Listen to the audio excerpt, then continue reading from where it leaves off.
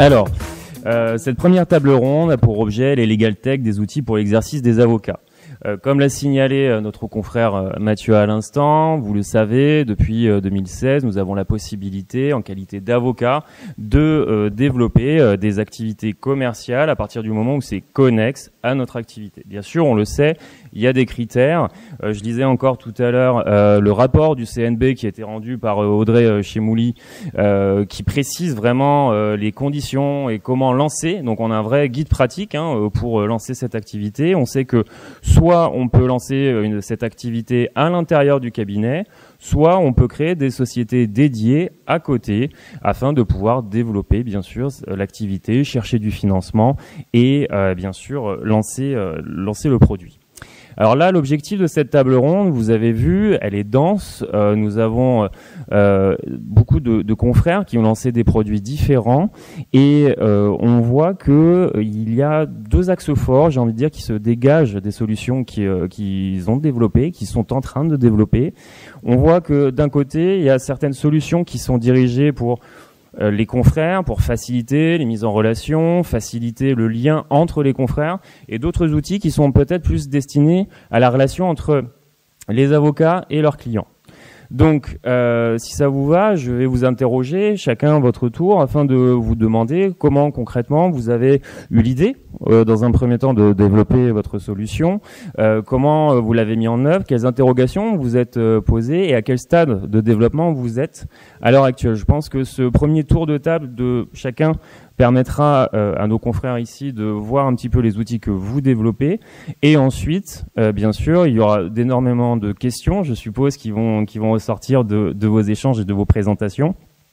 Donc, on regardera ça dans un second temps. Alors, j'ai envie de dire, nous allons commencer par le début avec avec Emeline qui donc développe la solution Fredag. Emeline, je vais te laisser nous expliquer un petit peu la solution que tu développes, un petit peu de formation, comme tu me l'indiquais, pour les confrères. Je fais une activité qui s'appelle la fiscalité. Ah, plus près, c'est ça. Je suis fiscaliste. C'est clairement pas la matière la plus facile pour les gens.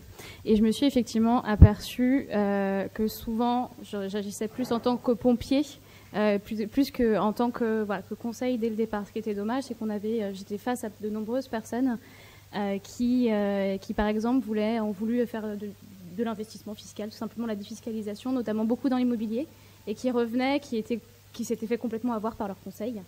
Et l'objectif pour moi, c'était de me dire quelle est la solution que je peux trouver pour les informer en amont, pour qu'ils soient en capacité de comprendre ce qui se cache, par exemple, derrière un Pinel, derrière un déficit foncier, des choses comme ça, de façon facile, vulgarisée, parce que c'est vrai que la fiscalité, c'est quand même pas la matière la plus intéressante. Donc j'ai effectivement eu l'idée de développer Fredag. Alors, dans les questions que tu posais, c'est au tout début. Vous avez, entre guillemets, l'exclusivité, puisque grâce à la superbe réaction d'un imprimeur montpelliérain, les cartes de visite sont sorties aujourd'hui. Toute l'ADA a été refaite. Donc voilà, c'est l'exclusivité, mais c'est effectivement en cours de développement. Donc, par contre, si vous souhaitez co-construire le projet, l'idée c'est de permettre aussi aux confrères qui le souhaitent de pouvoir les aider en développant une plateforme pour de faciliter aussi la transmission du droit et la formation également à leurs clients s'ils le souhaitent. Parce que la fiscalité c'est sympa, mais il y a d'autres choses à faire. Donc voilà. J'ai tout dit. Oui, merci pour cette présentation. Justine, est-ce que tu peux nous présenter un petit peu le projet entre confrères et notamment l'évolution un petit peu qu'il y a eu récemment, que tu m'expliquais l'autre jour? Alors moi, je représente Marie Duhaut, qui est avocate et qui a créé Entre Confrères. Donc là, effectivement, on vient de changer d'activité pour devenir un cabinet de conseil dédié aux avocats. Et du conseil surtout en innovation. On s'occupe aussi de la carrière, de l'organisation du cabinet, de la croissance et donc de l'innovation. Donc pour parler d'innovation, on s'est rendu compte qu'en fait, il y a des pratiques, des méthodes qui sont appliquées dans d'autres secteurs qui peuvent être appliquées au cabinet d'avocats pour les aider en termes d'organisation, de relations clients, en termes de productivité. Donc on a choisi une nouvelle technologie, une nouvelle solution pour proposer des outils sur mesure, à moindre coût et dans des délais réduits aux avocats. Donc voilà l'activité d'Entre Confrères, la nouvelle activité. Merci beaucoup Justine. Corinne, pour Inc Avocat, donc toi tu as développé cette solution à Montpellier, c'est très récent, tu as eu un prix si je ne me trompe pas, je te laisse nous expliquer. Alors, donc moi j'ai développé Inc Avocat parce que en tant qu'avocat tourné vers les particuliers, puisque je fais du droit pénal et du droit de la famille, je rencontrais des difficultés pour collecter les pièces de mes clients. Un rendez-vous client classique se termine par une liste de pièces que je remets ou que j'envoie par mail, mais peu importe. Le client a souvent une ou deux pièces sur lui, et puis ensuite, au fil de ses envies et de ses oublis, je vais recevoir un peu par la poste, un peu par mail, un peu quelques SMS, souvent des formats photos, souvent du page à page aussi, ce qui m'oblige à un exercice de reconstitution d'un véritable puzzle qui me prend beaucoup de temps, et je voulais sortir de cette difficulté-là et consacrer ce temps plus valablement, puisque c'est un temps qui n'a aucune valeur ajoutée. Et aujourd'hui, avec l'application Inc Avocat, une solution est mise en œuvre pour que le client transmette facilement ses pièces et que l'avocat reçoive les pièces dans l'ordre demandé, que du format PDF et plus de page à page, mais des documents en entier. Est-ce que éventuellement, je crois que tu m'avais passé les slides, tu veux faire une démonstration? Je sais que Gaël aussi avait des choses. Sur les slides, il n'y a pas vraiment de démonstration, il y a une explication. Là, on met la dernière main sur le développement du scanner, mais on est au point. Juste ce week-end, le développeur s'occupe de terminer. Donc du coup, l'application n'est pas accessible aujourd'hui, mais ceux qui veulent une démonstration, on pourra laissez-nous un mail et on pourra vous envoyer un lien pour que vous puissiez télécharger très rapidement.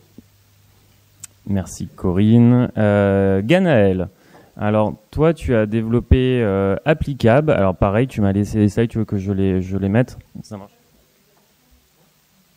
Vous m'entendez? Ouais.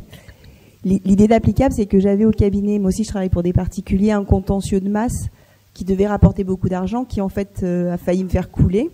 Et j'avais...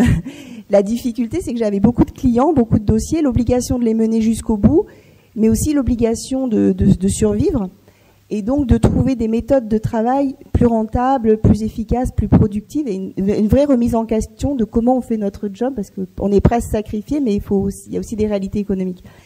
Et donc l'idée, ça a été de créer un workflow, la liste de toutes les tâches que je vais faire. Il y en a, vous savez, 110. Quand on fait du contentieux, ça va de la convention d'ONO à l'assignation, à la mise en état, l'exécution, la CARPA et tout ça. Et donc, on a une liste de toutes les étapes que l'on va devoir accomplir. Évidemment, la liste évolue selon le type de procédure, appel, etc. Et le client voit en temps réel le stade d'avancement, parce que la tâche, elle est à faire, où elle est faite, et le client a accès à cette information. Ça veut dire qu'on n'a plus de malentrants pour nous dire où en est mon dossier. Le client, il a accès à la liste, au calendrier de son affaire, et on a poussé le vice assez loin, c'est que il y a des modèles de mails qui sont prêts à être envoyés au client. Alors, on peut les modifier, on peut les personnaliser, mais l'essentiel de l'info, on l'écrit qu'une fois. On n'explique qu'une fois la mise en état, on n'explique qu'une fois ce qu'est l'article 700, et on le réutilise pour tous les dossiers, et on peut peaufiner si on a des choses particulières à lui dire.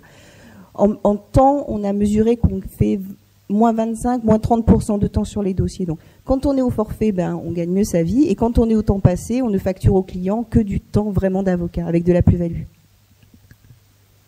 Merci pour les explications. Du coup, je t'avais laissé les trucs à côté, mais c'est pas grave. Pas de difficulté. On continue le petit tour de table de présentation des solutions de nos confrères avec Charlotte Hugon et la solution, Votre Bien Dévoué. Alors moi, j'ai créé l'application Votre Bien Dévoué il y a maintenant un peu plus de 2 ans, mais l'idée est arrivée il y a 4 ans, parce que je vois Mathieu qui me fait des gros yeux. Mais l'application, le temps de développement est un peu long et est sortie il y a 2 ans et demi. Votre Bien Dévoué, c'est une application qui met en relation les avocats entre eux pour échanger essentiellement des audiences, des postulations et des dossiers. Nous avons eu cette idée avec mon associée Julia Catlama, qui est avocate pénaliste, et moi je suis une avocate de contentieux également, parce que on se rendait compte qu'on perdait beaucoup de temps, et surtout en région parisienne, dans les transports, à attendre en audience, et on s'est dit que pour des audiences notamment de mise en état, même si aujourd'hui elles se font beaucoup par RPVA, on pouvait, c'était intéressant de faire une application qui permettait de trouver le confrère qui était déjà à l'audience. Donc ça, c'est l'idée de base. Le petit souci qu'on a eu, c'est qu'on a sorti Votre Bien Dévoué en même temps que Facebook a créé les groupes privés. Donc j'imagine que vous êtes tous sur des groupes Facebook où vous échangez des vacations, des postulations. Donc ce qui a un peu mis à mal notre business model, mais c'est pas grave, on a continué. Et donc aujourd'hui, pour les récalcitrants aux réseaux sociaux, il reste Votre Bien Dévoué. Donc on a quand même une dizaine de demandes par jour sur l'application, mais ça ne nous a pas suffi à monétiser. Mais comme toute start-up qui se respecte, nous avons fait un pivot. Un pivot, c'est-à-dire qu'on change d'activité grâce à la première activité qu'on a créée. Et aujourd'hui, en fait, comme on a développé un réseau d'avocats sur toute la France, c'est-à-dire qu'on couvre tous les barreaux français avec des avocats dans chaque spécialité, nous, depuis un an, on fait des partenariats avec d'autres legal tech qui nous envoient tous leurs dossiers pour les avocats de Votre Bien Dévoué. Donc aujourd'hui, on est un peu une espèce d'agents d'avocats, de distributeurs d'avocats. On a traité plus de 400 dossiers en un an et donc ce qu'on développe aujourd'hui, c'est d'aller trouver d'autres partenaires. Donc je peux pas encore dire, mais on est en train de signer avec d'autres legal tech et d'autres plateformes. Certainement, on est en discussion aussi avec des protections juridiques et des sociétés de recouvrement. Et en fait, l'idée, c'est au lieu de donner des dossiers à des cabinets qui va faire des dossiers en masse, un gros cabinet lyonnais, un gros cabinet parisien, eh ben nous on redistribue les dossiers sur toute la France en évitant notamment les doubles frais avec la postulation et le fond. Donc en fait, Votre Bien Dévoué aujourd'hui, on discute avec les plateformes, on se retrouve un peu syndicat des avocats puisque on négocie des tarifs avec eux, des grilles, on met en place beaucoup d'honoraires de résultats pour que ça reste très avantageux pour notre réseau, parce que nous on veut que les avocats soient satisfaits et du coup on va chercher, je crois que il y a une autre table ronde qui expliquera ça, mais c'est que la Legal Tech en fait permet d'aller chercher un marché que n'ont pas encore les avocats. Et en fait, aujourd'hui, on récupère effectivement plein de dossiers avec des honoraires entre 500 et 2000 euros, je dirais, mais qui sont un peu des dossiers récurrents. C'est toujours un petit peu les mêmes matières. Donc, on travaille toujours un peu avec les mêmes avocats qui, grâce à d'autres legal tech, arrivent à automatiser leur process et finalement, quand ils récupèrent 5 à 10 dossiers par mois, même à 500 euros, ça devient avantageux. Ce qu'on pouvait pas faire avant sans legal tech. Enfin bon, ça sera développé un petit peu plus tard. Voilà pour la présentation de Votre Bien Dévoué. Merci Charlotte.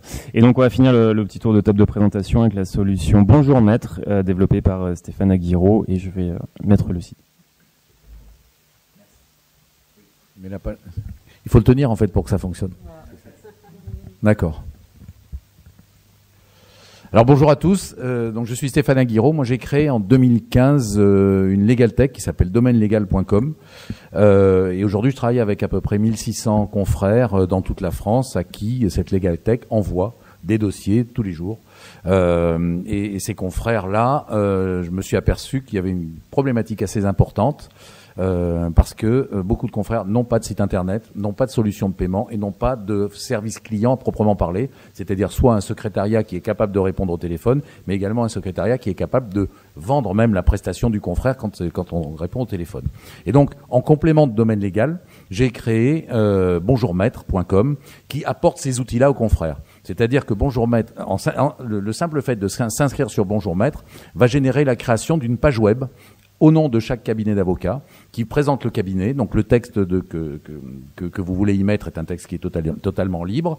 Vous présentez votre cabinet, vous indiquez quels sont vos tarifs. 2 tarifs sont indiqués, parce que je pourrais vous dire tout à l'heure pourquoi, l'objectif étant de faire une entrée en relation avec le client Donc 2 tarifs sont indiqués, un tarif de consultation téléphonique, un tarif de rendez-vous en cabinet. Et en fait, sur cette même page de présentation du cabinet, il y a aussi un outil dynamique de prise de rendez-vous, de explication de la problématique du client, et également, évidemment, c'est le nerf de la guerre, un outil de paiement de la prise de rendez-vous, sachant que le rendez-vous n'est pris en compte ou la demande du client n'est prise en compte à partir du moment où ce client aura prépayé le rendez-vous ou la demande de consultation téléphonique qu'il aura faite. Donc chemin faisant, je me suis dit qu'en définitive, cette page de présentation était aussi intéressante pour permettre aux confrères d'encaisser des honoraires. Donc l'outil permet de faire ça. Donc j'ai adapté cet outil avec un deuxième service qui s'ajoute au premier, qui est un service qui permet aux confrères d'envoyer leurs factures par une messagerie sécurisée à leurs clients, et cette facture est assortie d'un lien de paiement par carte bancaire. C'est-à-dire que on sait très bien que beaucoup de problématiques de nos confrères, c'est de n'avoir pas de site internet, de ne pas avoir de page web, donc celle-ci est résolue par la première proposition qui est faite. La deuxième problématique, c'est d'avoir du mal à se faire payer par ses clients. Moi, j'étais dans un cabinet auparavant dans lequel j'étais associé, on faisait 1 200 000 € de chiffre d'affaires, on avait en permanence 300 à 400 000 € d'honoraires dehors. Et donc, c'est une grosse problématique. Et une des solutions pour permettre de régler cette problématique-là, c'est d'arriver à se faire payer par carte bancaire. Et il faut savoir que même quand on se fait payer par carte bancaire, il y a encore une meilleure solution, c'est celle de se faire payer en plusieurs fois. Sachez que statistiquement, le fait de se faire payer ses honoraires en plusieurs fois permet d'augmenter de 22 à 48% son chiffre d'affaires. Donc c'est une solution qui est super intéressante. Donc vous pouvez, grâce à Bonjour Maître Paye, nous l'avons appelé comme ça, envoyer vos factures au client. Ce client va pouvoir la payer par carte bancaire et vous lui proposez de la payer en 1, 3 ou même par abonnement. Donc vous faites une facture sur l'année et tous les mois, votre client sera débité et votre compte sera automatiquement approvisionné. Et puis, autre chose, également, avec Domaine Légal, je me suis aperçu de ça. Je me suis aperçu que on a beau créer des Legal Tech avec des sites internet, les gens, ce qu'ils veulent avoir, c'est un interlocuteur au téléphone. Donc, on crée également un service téléphonique qui est un service client pour avocats. C'est pas juste un secrétariat téléphonique comme on peut trouver, c'est-à-dire avec quelqu'un qui répond au téléphone qui va dire oui, non, il est pas là, est-ce qu'il y a un message, je prends le message, merci, au revoir, et qui raccroche. Non, là c'est un service client, véritable service client, c'est-à-dire que vous avez au téléphone des juristes qui vont comprendre la problématique que vont exprimer vos clients, qui vont la définir, la qualifier juridiquement et qui vont inciter le client à prendre telle ou telle des prestations que vous, avocat, vous proposez. Et non seulement va l'inciter à la choisir, mais également va lui demander de prépayer cette prestation. Donc, je prends un exemple, puisque c'est sur ce sur quoi nous fonctionnons avec Domaine Légal. Sur Domaine Légal, nous faisons 3 propositions. Consultation téléphonique, rendez-vous au cabinet d'un avocat ou lettre de mise en demeure selon le stade d'évolution de la problématique que rencontre le client. Eh bien, nous avons donc aujourd'hui un service client qui a développé cette expérience-là, qui est tenu par un juriste, par un avocat. Et donc, ce sont des juristes et des avocats qui répondent au téléphone aux clients, qui permettent comme ça de bien comprendre la problématique et de les orienter vers telle ou telle solution. Et une fois qu'on a orienté vers cette solution, on fait payer le client. Eh bien, sur Bonjour Maître, ça sera la même chose, sauf que là, en fait, c'est pas des clients qui viennent de l'extérieur, ce seront vos propres clients vers lesquels que vous pourrez rediriger par ce service client et qui va donc comprendre leur problématique et qui va leur dire, ben voilà, vous voulez un rendez-vous avec Maître Untel, ce rendez-vous avec Maître Untel, je vous propose pour tel prix, vous pouvez avoir ce rendez-vous tel jour et je vous demande, et vous pouvez le régler, je vous envoie un lien de paiement par carte bancaire et le client vous aura donc payé votre rendez-vous préalablement à être venu chez vous. Voilà comment ça fonctionne. Donc globalement, ce sont ces 3 services-là. Pardon, j'ai une question. Et combien ça coûte ? Alors ça coûte rien, en fait. Ça coûte, si, ça a un coût nécessairement. Ça a un coût pour nous comme pour le confrère, mais en fait, s'inscrire sur le site, c'est totalement gratuit. Et en fait, il y a juste des frais de service qui sont pris à chaque opération. Pour une prise de rendez-vous, par exemple, des frais de service seront prélevés à hauteur de 8,25 €. Pour le service de paiement par carte bancaire, c'est un pourcentage du montant que vous pouvez même faire payer par le client en ajoutant cette somme, en choisissant une option qui est de dire, ben voilà, je veux que ce soit le client qui paie les frais. Ce sont des frais de 1,85% du montant de la facture. Merci pour ces présentations. Donc, vous le voyez, c'est de toute façon l'objet de cette table ronde, de voir comme quoi les Legal Tech, ça peut donc générer des outils pour faciliter notre exercice, notre profession. Vous êtes tous avocats, vous avez eu cette idée au début, vous avez développé les solutions. Dans le cadre du développement de ces solutions, donc on voit qu'il y a des applications, on voit qu'il y a des outils pour Inca Avocat. Comment vous avez procédé pour vous mettre en lien avec des développeurs? Comment vous avez valorisé ça? Et surtout, du coup, comment vous avez créé ce lien avec vos partenaires, j'ai envie de dire, techniques et associés techniques? Alors, je prends la parole parce que j'ai eu beaucoup d'expérience avec les développeurs. D'abord, on a créé une première application qu'on a voulu hyper performante. On voulait qu'elle fasse absolument tout, de la géologue, etc. Parce qu'on s'est dit, les avocats vont être hyper exigeants, faut qu'on leur apporte quelque chose vraiment qui marche super bien. Et donc, on s'est lancé dans une application très compliquée. Et donc, je vous dis tout ça parce que si vous avez l'intention de créer quelque chose, faut surtout pas faire ça. Il faut commencer par le minimum, qui est le minimum valuable product. Je vois les deux qui me regardent. Le MVP, c'est-à-dire rendre le premier service que vous voulez donner, et c'est ça qu'il faut développer. Donc, si vous voulez créer une application ou un site ou un service, commencez par quel besoin vous voulez rendre, et puis tester comme ça en faisant développer une première fonctionnalité. Donc je vous dis ça parce que nous on a développé une première application et le développeur a disparu de la circulation et on s'est retrouvé à avoir payé quand même 30 000 € pour quelque chose qu'on ne pouvait plus utiliser. Mais bon voilà, c'était il y a 5 ans, donc on était les premiers, on a payé les pots cassés. C'est pour ça qu'on a fondé Avotech aussi, pour se dire faites surtout pas ça. Donc ensuite nous on a levé des fonds. Et là, on est passé aux choses un peu plus sérieuses, et on a fait un casting de développeurs. On a contacté les clients des développeurs pour savoir comment ça s'était passé. On a pris une agence où il y avait 10 salariés. On n'a pas pris quelqu'un qui était en free, parce que du coup, quelqu'un qui est en free, s'il disparaît, il n'y a plus personne derrière. Donc voilà comment. Et pour la deuxième application, on a retiré des fonctionnalités, alors qu'on pensait que 2 ans après on en aurait rajouté, et on a fait le contraire. Mais aujourd'hui ça marche beaucoup mieux, c'est beaucoup plus fluide. Dans cette agence, du coup, il y a aussi quelqu'un qui nous a aidé dans l'UX. L'UX, c'est l'expérience utilisateur, parce qu'on s'en rend pas compte, mais de faire cliquer sur un bouton, c'est toute une réflexion et toute une maquette derrière. Si c'est simple, ça veut dire que derrière ça a été énormément travaillé. Quand on monte une start-up, en général, ce que je conseillerais, et encore une fois, on l'a pas fait parce que nous c'est des prestataires extérieurs, mais c'est qu'on se rend pas compte que la tech, c'est vraiment un point central de la société, et donc on a quand même tout intérêt à s'associer tout de suite avec ce qu'on appelle un CTO, un technique, chef technique officer, chief technique officer, parce que en fait, c'est le point central d'une legal tech, parce que comme son nom l'indique, il y a de la tech, et voilà, et donc il vaut mieux avoir quelqu'un dans son équipe qui est prêt aussi à attendre que les résultats tombent. Et parce qu'il est associé. Et j'ai plus de mots. Voilà. D'autres retours d'expérience par rapport au choix que vous avez fait avec vos techs? Vas-y. Effectivement, il faut avoir dans son entourage quelqu'un qui soit capable d'intervenir, parce qu'il y a toujours des problématiques techniques, et c'est important. Alors moi, j'ai fait un choix dans mon entourage, puisque j'ai un fils qui est développeur. Je l'ai formé depuis tout petit à développer des sites, à développer des applications, en disant tu verras papa dans quelques années. Voilà. Bon, mon problème c'est que mon fils est développeur, mais il est maintenant parti aux États-Unis, il travaille là-bas, il travaille pas pour moi.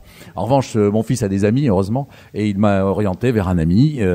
Et en effet, cet ami que j'ai eu au téléphone encore tout à l'heure a développé le site bonjourmaître.com. Et comme l'a dit Charlotte, ce qui est très important, c'est que quand il n'est pas dans votre entourage familial proche, il faut qu'il fasse partie de votre actionnariat, qu'il fasse partie du groupement pour qu'il soit vraiment impliqué. Et donc du coup, Raphaël, notre développeur, bénéficiera d'un nombre d'actions dans la société qui sera égal à celui des autres, de façon à être impliqué de la même manière. Et c'est vrai qu'il est très impliqué. Donc, mais c'est vrai que c'est très important. Merci Stéphane. D'autres retours d'expérience? Ouais, Justine.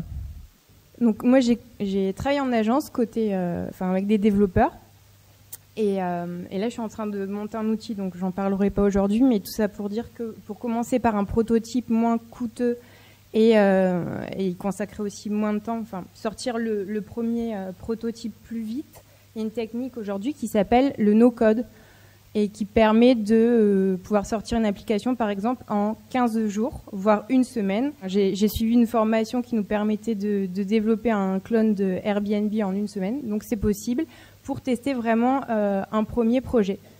Donc voilà, je donne ce conseil. Merci. Oui, Corinne? En fait, il faut faire attention. Alors, le développeur est aussi capricieux que le micro. Faut parler, quand on parle, ça marche. Voilà. Alors, l'application, elle est née, en fait, d'une journée de confinement où j'avais reçu énormément de mails, dont je parlais tout à l'heure, avec des accumulations de pages, de différents formats, enfin, bon, voilà. Et j'en ai parlé à mon fils, qui est pas développeur, mais qui est un geek, et qui m'a dit, mais maman, la solution, c'est tout simple, c'est une application. Et ensuite, j'ai rencontré Elodie Manon-Villers, avec qui j'en ai parlé. Elle me dit qu'elle avait également la même idée. Et on a commencé à travailler ensemble autour d'Ink-Avocat dans ces conditions-là.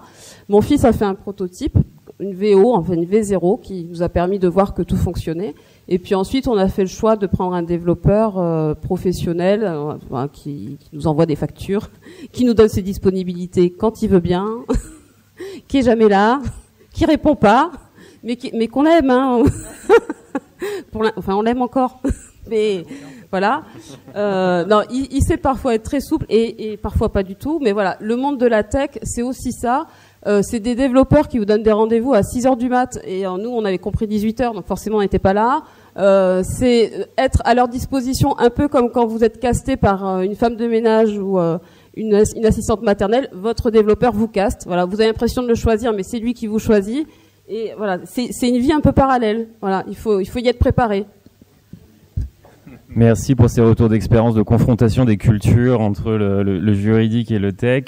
J'ai envie de dire ensuite, deuxième point, on dit souvent que les legal tech vont prendre les marchés des avocats, que attention, c'est les avocats contre les legal tech, attention, haro, il faut se battre contre les legal tech.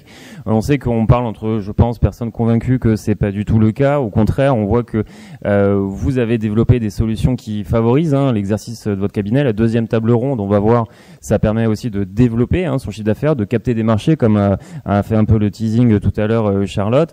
Qu'est-ce que vous pouvez rajouter par rapport à cela, par rapport à ce que vos applications peuvent apporter dans le cadre de l'exercice de la profession de nos confrères, et en quoi développer une legal tech, au final, c'est positif? Pour Applicable, l'apport il a été immédiat, c'est un gain de productivité énorme. C'est rendre un meilleur service à ses clients tout en y consacrant moins de temps. Ça me paraissait une équation impossible, et c'est un peu le miracle de la tech. Et quelle était la question? Pardon. Et en fait, oui, l'idée, moi, j'ai pas du tout un esprit tech, je suis pas du tout geek, j'ai pas d'enfant développeur, mais j'utilise comme tout le monde des trucs comme Amazon, etc., où on reçoit en permanence une information.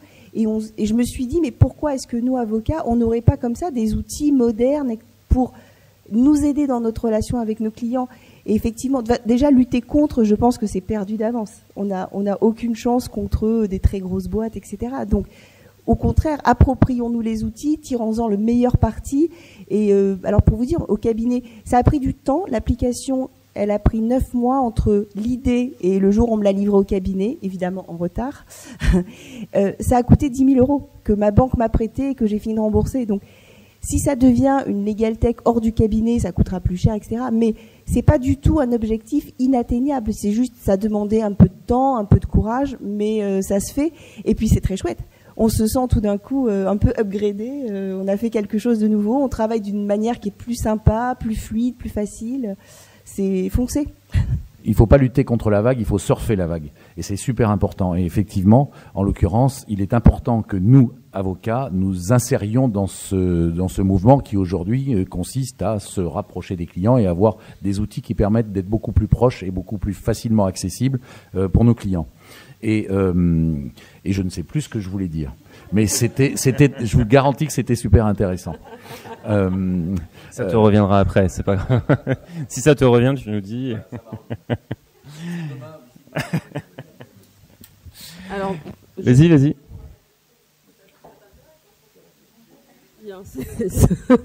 Alors, non, ce que je voulais dire, c'est que au-delà de la transmission des pièces et du temps sauvé, évidemment, puisque la productivité a du sens, c'est aussi un outil de se tourner vers la satisfaction du client. Je trouve que nos professions sont mal notées par les clients, que ce soit en termes de disponibilité ou en termes de retour d'expérience, et de donner aux clients l'occasion d'avoir un outil qui est dédié à la production des pièces, certes, mais surtout qui évite des crispations en début de relation, parce que forcément, quand je l'appelle 12 fois pour lui dire que j'ai pas la page 12 de son contrat de mariage et que je voudrais bien avoir aussi le recto et le verso de son avis d'imposition, ben, il y a un moment où voilà, on est quand même sur des chemins un peu tendus dès le début de la relation, et c'est un peu dommage.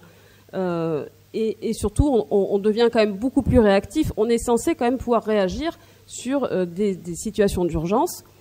Or, la production des pièces, c'est parfois quelques jours pour certains, ça peut aller jusqu'à quelques semaines et des fois quelques mois, alors qu'on est sur des domaines qui nous demandent d'être présents et réactifs. Donc je pense que voilà, l'intérêt du client, c'est aussi de reconnaître chez son avocat voilà, une disponibilité et de pouvoir compter sur lui. Qu'est-ce qui se passe si vous changez de développeur? Est-ce que les informations passent de l'un à l'autre? Qui appartient à des codes sources? Comment faites-vous juridiquement? Bah, ça nous appartient à nous. On a fait des contrats et ils nous ont cédé tous les droits. C'est nos codes, c'est notre propriété. Alors, en fait, la question, elle est pas sur la propriété et sur le juridique. C'est de savoir comment il a codé. La difficulté, c'est de trouver un développeur qui est capable de reprendre ce qu'a fait l'ancien. Qui a codé avec le même langage. Alors, bah, comme disait Justine, je crois, il y a des techniques de no-code. Moi, je sais que votre bien dévoué, aujourd'hui, on l'a développé tout le back-office. C'est un système qui est mis en place par Google. Donc, du coup, c'est beaucoup plus simple puisqu'il y a beaucoup de développeurs qui savent utiliser ce système. Ensuite, le front, c'est en fait ce que vous voyez sur l'application. C'est du manuel, mais avec des langages officiels. Parce que je vous racontais tout à l'heure mes déboires avec mon premier développeur, c'est que c'était un génie, mais en gros, quand j'allais voir plein de développeurs, on m'a dit bah c'est super ce qu'il a fait, mais c'est comme Gaudi. C'est infini, on peut pas finir, on peut pas reprendre. Voilà, c'est beau, mais c'est-à-dire qu'il a fabriqué lui-même la vis et le boulon. Voilà. Et voilà, si je réponds à vos questions. Donc, on est propriétaire de nos codes, et c'est pour ça que c'est important d'aller voir, de se renseigner sur le langage, et voilà, prendre des informations là-dessus avant de commencer avec un développeur. Merci. Vas-y, Stéphane, ça s'est revenu, je crois. La question initiale était, il faut ne pas avoir peur de ces développements parce que l'objectif n'est pas de piquer les clients aux avocats, c'est au contraire augmenter le nombre de personnes qui viennent vers nous. Je vais vous donner 2 chiffres qui sont très parlants. Un sondage avait été fait selon lequel, auprès de personnes qui éventuellement auraient affaire à des avocats, on leur avait posé la question de savoir s'ils feraient appel à des avocats. Et ils disaient non, il y a 50% des personnes qui disent moi je ne règle pas mes problématiques juridiques parce que j'ai peur d'aller voir un avocat. Différentes peurs sont là, c'est le prix, on est impressionné par la science qui émane de nous, etc. Et puis c'est compliqué de s'approcher d'un avocat. Donc 50% des personnes qui ont un problème juridique ne le résolvent pas par les voies de droit. Ça, c'est le premier chiffre. Deuxième chiffre, chaque année, il y a 2 millions d'affaires qui viennent devant les tribunaux. Donc ça veut dire qu'en gros, ces 2 millions d'affaires, ça représente 50% des problématiques qui pourraient être réglées par les voies de droit. Donc nous avons aujourd'hui une marge de 2 millions de dossiers supplémentaires que nous pouvons aller chercher. Et on pourra aller les chercher que si justement on fait tomber ces obstacles qui sont la peur de la justice, la peur de l'avocat, dont le prix fait partie, évidemment. Donc, les legal tech sont destinés à faire ça, justement. Et c'est la raison pour laquelle c'est au contraire de prendre des dossiers aux confrères, c'est justement d'augmenter le marché sur lequel on travaille. Merci pour cela. Oui, Justine, un complément ? Juste rajouter que si vous avez un projet d'innovation, vous n'êtes pas obligé de passer en direct avec des développeurs. Vous pouvez aussi vous appuyer sur le travail de chefs de projet ou d'interlocuteurs qui sont aguerris en gestion de projet web ou en gestion de projet d'innovation et qui permettront de traduire vos besoins et de voir avec le développeur, l'équipe technique, les faisabilités, etc. De cadrer un périmètre et de dresser un cahier des charges correct pour vous éviter des mauvaises surprises, justement. Et donc, c'est ce qu'on propose aussi chez Entre Confrères. Merci beaucoup. Et donc, la solution Entre Confrères, si vous l'avez compris, vous pouvez donner davantage d'explications, du coup, encore à Justine après. Donc, on l'a vu, développement de marché, optimisation des process, mais aussi, j'ai envie de dire, donc, Justine le disait, amélioration aussi du fonctionnement, marketing. Peut-être, Émilie, un complément par rapport à cela, sur les modalités un petit peu, ta démarche de vouloir un petit peu former et améliorer le développement et la relation avec les clients.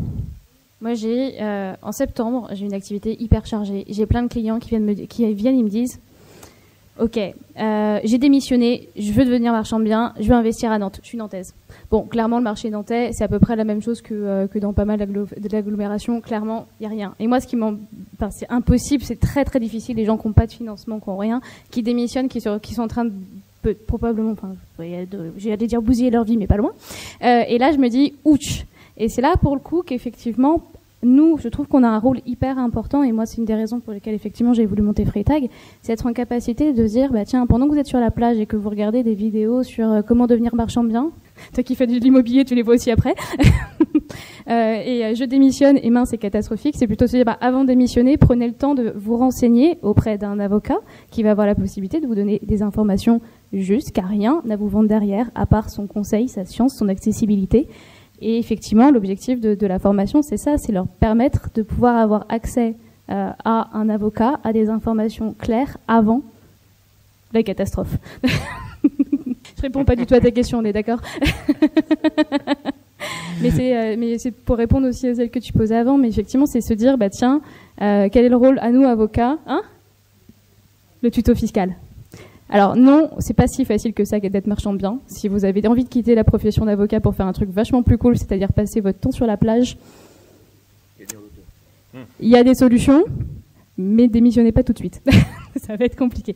Mais non, c'est ça, c'est essayer de faciliter aussi l'accès au droit, vulgariser le droit, permettre à toute personne d'être en capacité de comprendre aussi ses obligations juridiques. Et ça, on a tous la capacité de le faire. C'est juste qu'il nous manque peut-être ce moyen d'accès, et je pense que la technologie, c'est ça que ça nous offre. Il y en a plein qui le font à notre place.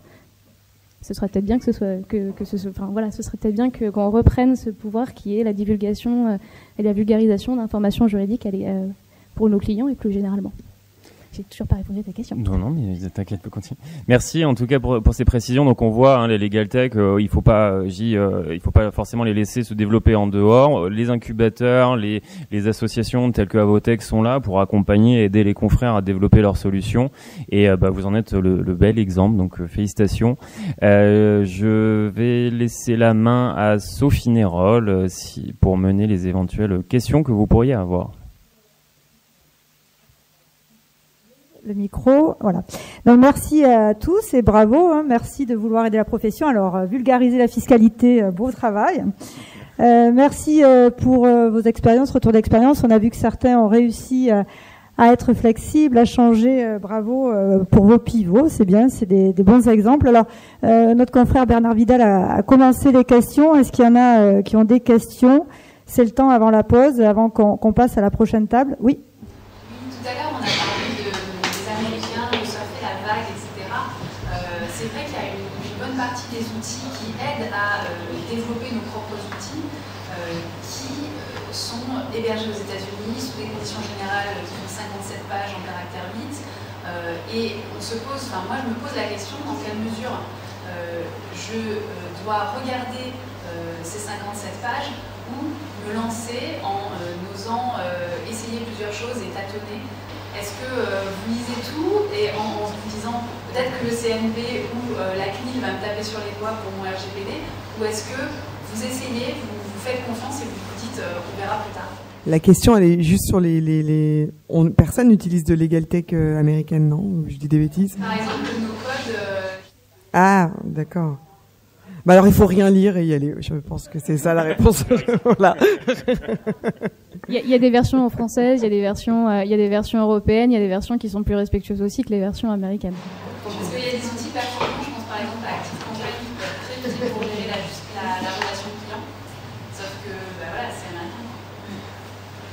Il y a une étude de Harvard Business Review il y a 10 ans qui voyait aux États-Unis comment les avocats réussissaient quand ils devenaient entrepreneurs versus des entrepreneurs. Et les avocats, en fait, on a tellement peur du risque qu'on échouait plus que des gars un peu foufous qui avaient la réponse, Charlotte. Parce que c'est vrai, ils sont fonceurs. Non, mais je pense surtout qu'on se pose les mauvaises questions, parce qu'en fait, je vous dis, lisez pas, mais ensuite, une fois que vous avez créé votre application, c'est vous qui mettez, ou votre légataire, c'est vous qui mettez les règles pour l'utilisation. Enfin, vous voyez, je comprends pas très bien du coup la question. La captation de données, si on utilise plusieurs applications différentes qui s'interfacent, une de ces applications peut engendrer l'hébergement de données à l'étranger, ce qui en soi, quelle que soit la déclaration qu'on en fait, n'est pas compatible avec les étrangers. Il va falloir venir vendredi prochain à la formation de Christophe Landa qui va faire sa cybersécurité. J'ai juste une petite intervention très rapide là-dessus, justement, parce que il faut arrêter de diaboliser comme ça les États-Unis. Je pense notamment à Amazon Web Service, qui est un serveur qui est très utilisé par les développeurs, justement. Mais il se trouve que moi, dans le cadre de mon activité, j'ai eu à contacter Amazon pour justement leur demander quels outils juridiques ils avaient mis en place depuis ceux qui connaissent l'abrogation du Privacy Shield, qui était la décision d'adéquation qui permettait de transférer des données depuis l'Europe vers les États-Unis. Alors je ne vais pas rentrer dans le détail parce que ce n'est pas le propos, mais le travail est fait quand même. Et aujourd'hui, ce qu'il ne faut pas perdre de vue, c'est qu'il y a une dizaine de pays dans le monde qui bénéficient d'une décision de la Commission européenne qui permet de transférer les données. On dit le pays de transfert est aussi sûr que les pays de l'Union européenne.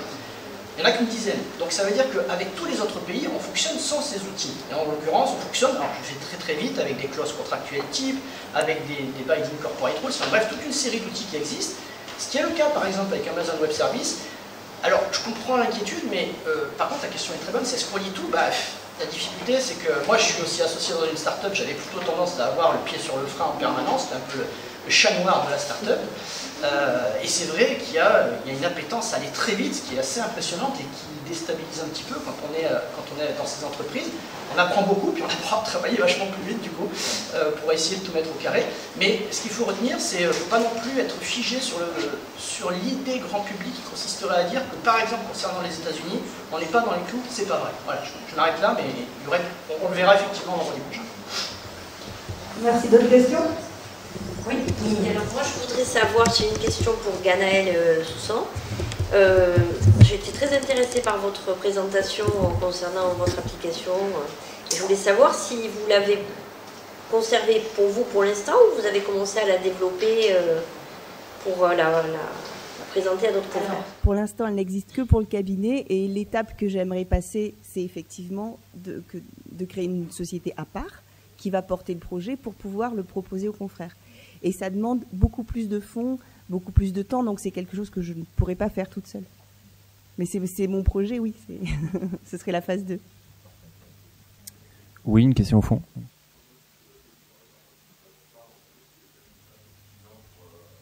Moi, je vais vous dire, c'est contre-intuitif, mais ce que je constate, c'est que comme je suis moins agacée par des demandes de où en est mon dossier, je dois aller chercher le bulletin de mise en état dans mon agenda, etc., du coup, je suis plus sympa avec les clients. Et puis quand ils appellent, c'est parce qu'ils ont... non, mais je vous dis la vérité. Hein. Quand ils appellent, eux aussi, ils sont plus détendus. Et ils appellent pour une vraie question, ou ils envoient un mail parce qu'ils ont un vrai sujet. Et donc, l'échange est qualitatif. Tout ce qui est standardisable, ça passe par la machine. Et tout ce qui est de la vraie plus-value, ouais. Et donc, je trouve qu'on a des échanges de qualité. Maintenant, je vous rassure, il y en a qui sont rétifs, qui ne veulent pas passer par l'outil. Bon, c'est pas grave. Je les facture à l'heure. Et je voulais juste ajouter quelque chose. Je pense que ça dépend aussi du type de dossier qu'on traite. Il y aura Benjamin Mérès qui sera sur une table ronde tout à l'heure, qui lui avait développé un outil pour tout ce qui est demande d'indemnité pour les retards de vol grâce à la directive de 2014. Et ça, c'est des dossiers où le client veut récupérer 300-400 euros. Et en fait, il s'adresse un peu à une machine. Donc, effectivement, pour ce type de dossier, la standardisation et l'automatisation pose pas de problème à personne, et je pense que la LegalTech remplacera jamais, effectivement, dans un dossier pénal ou dans un dossier qui tient plus à cœur pour le client le contact humain avec l'avocat. Je peux ajouter peut-être une petite anecdote. Effectivement, le côté humain est absolument essentiel. On a des outils, mais ce ne sont que des outils. Il faut vraiment bien se dire ça. Je vous donne un exemple. Un jour, moi, j'ai un client, je partais en week-end, j'ai un client qui pose une question sur mon site Domaine Légal, et je prends en charge la question, et je me suis dit, bon, j'ai pas le temps de lui... C'était une demande de consultation téléphonique. J'ai pas le temps de le rappeler. Donc je me dis, bon, je vais répondre à sa question. C'était une question sur le stationnement, il avait été verbalisé, etc. Bon, il pose sa question. Et moi, je lui réponds directement sur le site, parce qu'on a une messagerie sécurisée qui permet de faire des consultations écrites. Donc je lui fais un truc assez chiadé, avec tout le rappel de tous les textes, etc. Et du fait qu'il n'était pas tout à fait dans son bon droit, et que de toute façon, il n'y a pas beaucoup de chance, etc. Bon, je lui fais une consultation, mais comme je partais en week-end, j'avais pas le temps de le rappeler. Bon, j'envoie la consultation. Et puis je partais en week-end, c'était un week-end prolongé. Pour moi, en tout cas, mais au bureau, il y avait quand même ma secrétaire. Et le lundi, elle m'appelle en me disant, je suis en train de me faire insulter par un client qui a posé une question et qui nous dit qu'on est des escrocs, qu'on a encaissé, parce que c'est 29,90 € la consultation, on a encaissé 29,90 € et qu'il n'a pas sa réponse. Je lui dis, mais il plaisante, je lui ai fait sa réponse vendredi avant de partir, c'est très, très détaillé, etc. Donc, passez-le moi. Je lui passe, alors je me le passe, et je lui dis, alors monsieur, il paraît qu'on est des escrocs. Et puis bon, évidemment, il se radoucit parce que vis-à-vis des secrétaires, ils sont très agressifs, mais quand ils ont au téléphone un avocat, déjà, c'est beaucoup mieux. Donc, une des premières leçons, c'est la raison pour laquelle chez Bonjour Maître, ce sont des avocats qui répondent au téléphone ou des juristes. Donc, ça permet aux gens d'être tout de suite plus apaisés, parce que ces gens-là sont des gens qui sont en stress automatiquement. Donc, cette personne tout de suite m'a au téléphone, il devient beaucoup plus aimable qu'il n'était avec ma secrétaire. Et je m'aperçois qu'en fait, ce qu'il avait demandé, lui, ce qu'il souhaitait, il avait coché sur la case consultation téléphonique, il voulait avoir un avocat au téléphone. Point. La consultation écrite, elle avait beau être parfaite, extrêmement détaillée, il n'en voulait pas. Premièrement. Et deuxièmement, pourquoi il n'en voulait pas ? Enfin, il voulait avoir un avocat au téléphone, donc il a été rassuré de m'avoir au téléphone, ça c'est très important. Et la deuxième raison pour laquelle il voulait m'avoir au téléphone, c'est qu'il ne savait pas lire. Et voilà. Et je dis, mais quand vous avez fait pour poser votre question sur notre site ? Ah ben c'est mon fils qui l'a fait, mais moi maintenant je me retrouve confronté à la réponse dont j'ai besoin et je peux pas l'avoir parce que vous m'avez répondu par écrit. Donc tout ça pour illustrer le fait que la technologie c'est bien, mais effectivement l'avocat qui est derrière est essentiel. Et c'est ça qui est important. Ce ne sont que des outils qu'on met en place. Merci, on a bien compris la valeur ajoutée et l'importance de l'avocat, bien sûr, et pas que les outils. Donc, merci pour ces points-là. François, peut-être un petit mot avant qu'il y aura une petite pause 5 minutes. Et après, c'est la deuxième table. Donc, le temps que la deuxième table s'installe. Non, rien de plus. Merci aux intervenantes et intervenants pour la qualité de vos interventions.